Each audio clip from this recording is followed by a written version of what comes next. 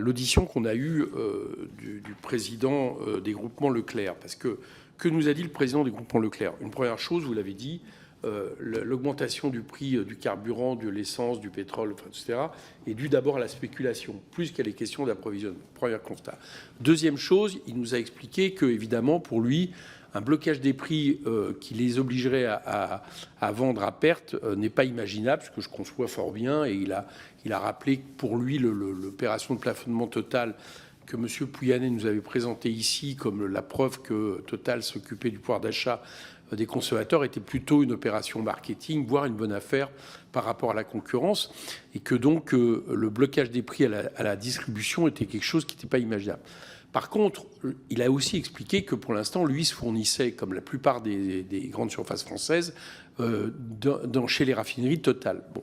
Et donc, moi, ce que je ne comprends pas très bien, c'est pourquoi vous excluez ce qui a été fait en France en 90, qui a été fait à plusieurs reprises, c'est-à-dire un blocage des prix, jouant sur la marge des raffineurs, sachant que ça joue sur celui qui a fait 51% de bénéfices au premier trimestre 2026 par rapport au premier trimestre 2025, c'est-à-dire Total, et que, j'allais dire, ça aurait même pu peut-être avoir un effet dissuasif, parce que je crois que Total n'est pas le dernier, pas le seul, j'en conviens, mais avoir joué sur la spéculation des prix pour, comme dirait M. Pouyanné, capter l'augmentation des prix au carburant. Donc voilà, je voudrais savoir pourquoi cette proposition-là n'en tient pas compte. Alors, j'ai vu que vous proposiez alternativement plutôt une taxe sur les transactions pétrolières, voire une taxe sur les superprofits. C'est peut-être là où il faudra aller à la fin par défaut. Mais cette taxe-là, elle aurait pu quelque part être proposée à la sortie des raffineries, ce qui aurait permis de bloquer les prix sans jouer sur les marges des distributeurs qui, on le sait, sont infimes. Voilà, c'est la question que je vais vous poser. Alors, Monsieur le Président, je propose aussi l'encadrement des marges. Donc on peut appeler ça blocage.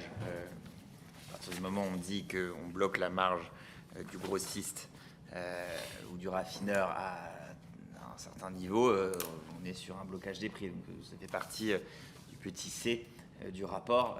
Je vais terminer d'ailleurs ma communication par cela, expliquant ce qui a été fait notamment en Grèce, où il y a un blocage à 0,05 € par litre de marge par rapport à l'approvisionnement. C'est-à-dire qu'entre l'approvisionnement et la distribution, on a une marge qui est limitée à 0,5 € par litre. Alors là, on est sur la marge faite, non pas par les raffineurs, mais la marge faite, ça c'est la Grèce, c'est la marge faite par les grossistes par rapport aux raffineries. Mais je parle de l'exemple grec. Moi, je ne suis pas défavorable. S'il est démontré, il faut dire qu'on le montre d'ailleurs, que les marges des raffineries sont importantes, je crois que ce n'est pas tellement le cas en vérité. Les raffineries françaises ne sont pas les plus rentables du monde. Pour moi, la marge, elle est dans la spéculation. Peut-être que si on doit bloquer la marge, peut-être faire remonter dans la chaîne de valeur, pas au niveau de la raffinerie, mais plutôt au niveau de l'achat-vente d'hydrocarbures. Et c'est le marché de négoce en vérité, c'est ce qu'on raconte dans le rapport. Et c'est à mon avis là qu'il faut plutôt encadrer la marge. Mais c'est aussi, à mon avis, une bonne option qui peut même être alternative à celle de la fiscalité. L'objectif, en tout cas, étant à la fin de faire baisser le prix à la pompe. Juste une petite remarque, c'est que au premier trimestre 2026, contrairement aux autres années, même le raffinage fait des bénéfices pour Total en France, qui est lié à chaque période d'augmentation des prix. Ils en font, et la sortie du raffinage permet aussi de toucher les activités, les activités qui viennent plus en amont de Total.